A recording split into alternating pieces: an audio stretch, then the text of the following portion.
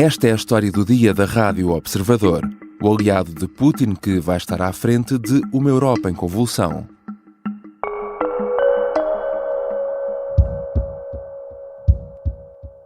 A Hungria assume a presidência rotativa da União Europeia esta segunda-feira.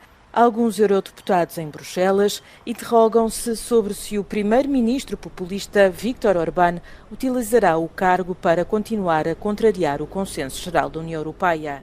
Tornar a Europa grande outra vez. É o mote da presidência húngara da União Europeia. Já o deve ter ouvido em algum lado. É praticamente igual ao slogan de Donald Trump nos Estados Unidos. A Hungria assume agora a presidência rotativa até ao final do ano e o primeiro-ministro Viktor Orbán há muito que é uma espécie de pedra no sapato da União Europeia.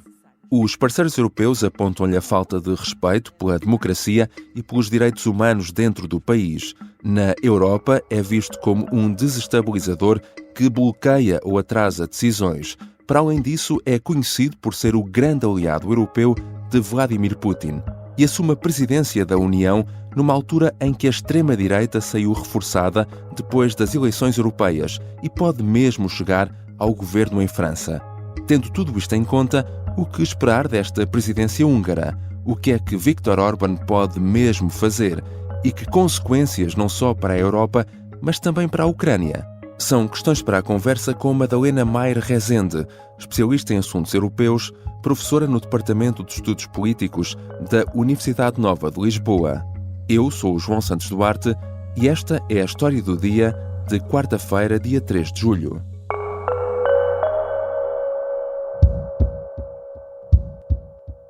Bem-vinda, Madalena Maier Rezende. Viva, João. Madalena, vamos começar talvez por contextualizar. Como é que funciona a presidência rotativa do Conselho da União Europeia e não confundir com o Conselho Europeu, não é, que tem sido muito falado por causa agora da nomeação de António Costa, mas como é que funciona esta presidência rotativa e na prática que competências ou que poder tem o país que está na presidência?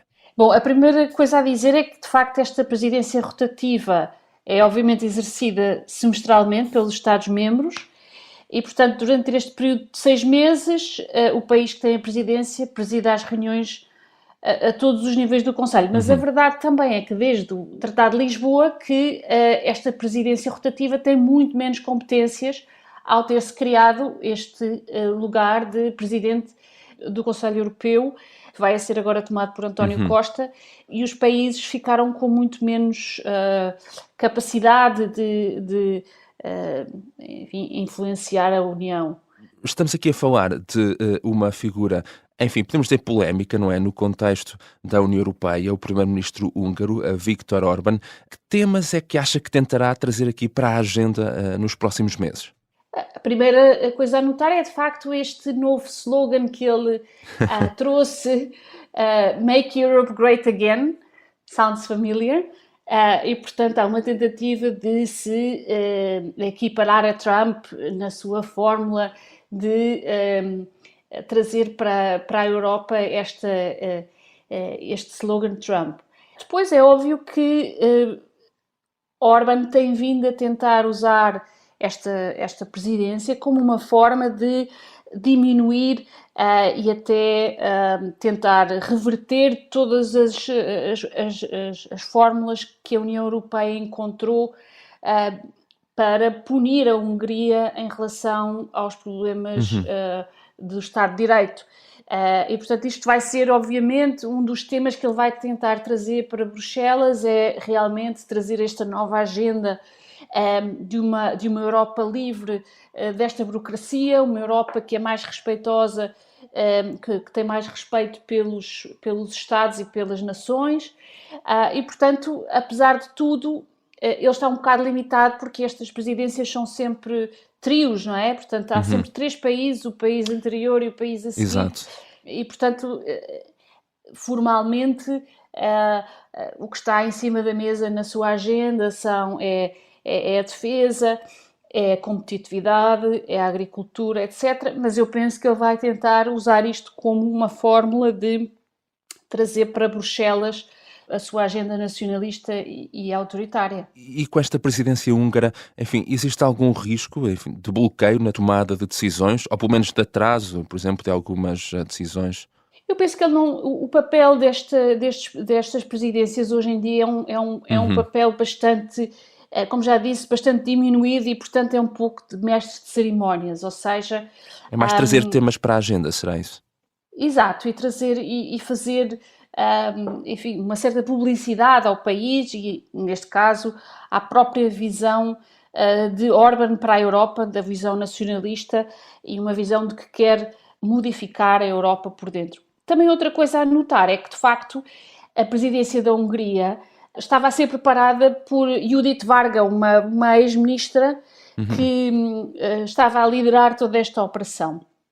Ela saiu do seu cargo ministerial em 2023, ela era casada com o novo opositor de Orbán, Péter Magyar, só que ela, aqui há uns meses, foi afastada por estar ligada a um escândalo de encobrimento de pedofilia e, portanto, de certa maneira, este lugar ficou vazio e esta presidência da Hungria perdeu muito o seu gás e perdeu muito a sua organização.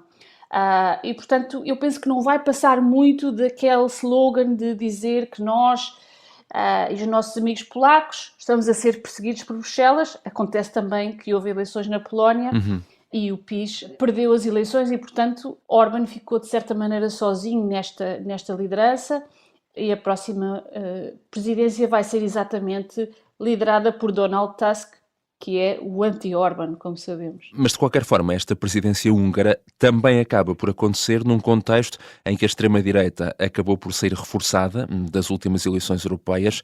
De resto, no passado domingo, Orbán anunciou a formação de uma nova aliança de partidos populistas europeus, chamou-lhe Patriotas pela Europa.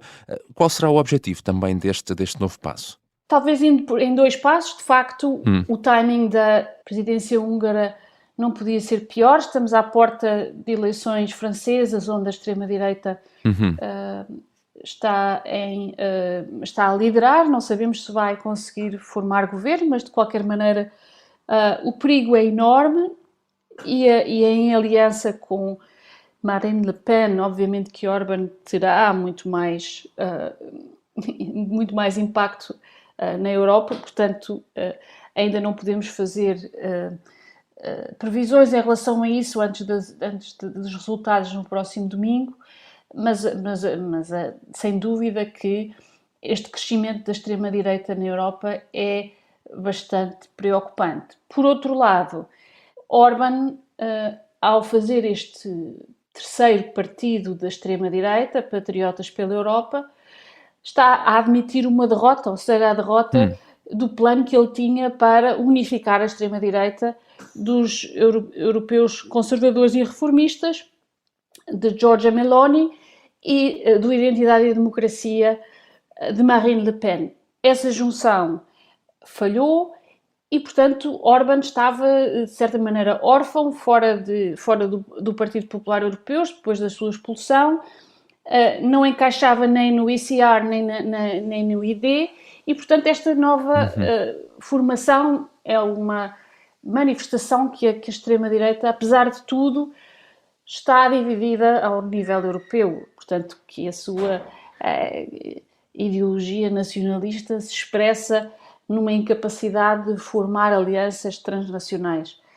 E, de certa maneira, eu acho que isso é um sinal de que Orbán já não é digamos, o líder que era capaz de, em Bruxelas, comandar ou pelo menos ter um grande impacto por si só. Agora, Giorgia Meloni é de facto, enfim, antes de sabermos quais são os resultados em França, a líder de direita com mais poder.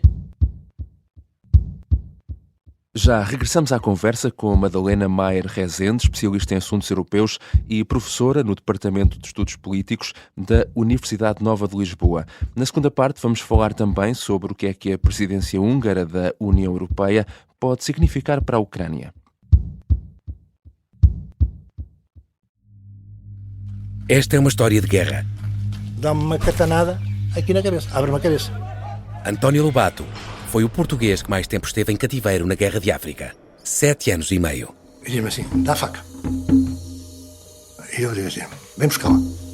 E não dá a faca. E eu levantei-me assim, vem buscar lá. É também uma história de amor. A carta era muito simples. Querida, estou vivo, eu voltarei. E é também a história da operação secreta para o resgatar em plena ditadura do Estado Novo. Agora vamos para o meio de quando há querida, acabo destes gajos todos que são... Este é o Sargento na Cela 7. Uma série para ouvir em 6 episódios que faz parte dos Podcast Plus do Observador. É narrada por mim, Pepe Rapazote, com banda sonora original de Noise Earth.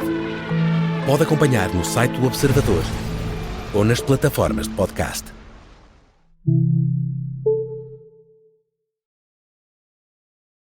Estamos de regresso à conversa com Madalena Maier Rezende. O primeiro-ministro húngaro visitou esta terça-feira a Ucrânia pela primeira vez desde o início do conflito e, aliás, pela primeira vez em mais de 10 anos. Ora, Orbán é conhecido pela proximidade à Rússia e tem tentado bloquear a aprovação de apoios à Ucrânia. Sabendo isto e tendo isto em conta, como é que podemos ler esta decisão de ir tão rapidamente a Kiev? Não é fácil de ler esta decisão. Começo por dizer isso. É sabido que Orbán, tal como a política externa húngara, tradicionalmente, não só em democracia, mas historicamente, é especialista em diversificar as suas apostas, ou seja, estar bem com o leste e com o ocidente. Isso, ele foi especialista durante alguns anos, agora tem menos capacidade de fazer isto, mas aparentemente esta visita a Kiev, depois de 2 anos a distanciar-se a todo o custo do apoio à Ucrânia e a fazer o jogo dos russos com o mantra da paz a todo custo, a tentar apresentar a minoria húngara na Ucrânia como uma vítima de discriminação, é uma grande reviravolta e é estranho. Talvez tenha alguma coisa a ver com esta tentativa de criar este terceiro partido e atrair membros, partidos que não são anti-Ucrânia e, de certa maneira, demonstrar alguma boa vontade para com a política de Bruxelas. Acho isto uma decisão estranha e acho que, acima de tudo, Orbán parece um pouco nervoso neste momento. Internamente começou a criar instituições para perseguir os seus inimigos internos. Sabemos que esta oposição de Péter Magyar é a primeira séria oposição desde há muito tempo. Começou a fechou o escritório da Transparência Internacional na Hungria. E, portanto, isto é bastante preocupante, mas é também sinal de que há um nervosismo e uma certa, eventualmente, algum declínio de Orbán como líder incontestado. Esta presidência húngara da União Europeia pode ter algum impacto naquilo que tem sido a relação da União Europeia com a Ucrânia e o apoio, ou nem tanto, não é? Eu acho que no contexto deste momento político em que a França está a braços com um partido de extrema-direita com 34% de apoio, vem num momento particularmente mau, ou seja, não sei se será por causa da presidência húngara, não será com certeza uma relação direta com esse facto, mas se a Europa não consegue encontrar a sua voz numa fórmula de apoio à Ucrânia que substitua eventualmente o apoio americano depois de uma eventual vitória de Trump nas eleições presidenciais, estaremos com certeza a ver uma Ucrânia claramente enfraquecida e uma Europa paralisada pela extrema-direita e pela dificuldade de França e Alemanha terem capacidade de iniciativa neste momento. E para além de ser muito próximo da Rússia, Orbán também tem intensificado as relações com a China, que de resto tem vários investimentos no país e que vê de certa forma a Hungria também como uma das portas de entrada, penso que na Europa. A Hungria já anunciou que vai propor, durante este período da presidência, um pacto de competitividade para evitar, diz Orbán, uma guerra comercial com países de leste, em específico a China. Ora, qual o objetivo húngaro também aqui? Qual poderá ser?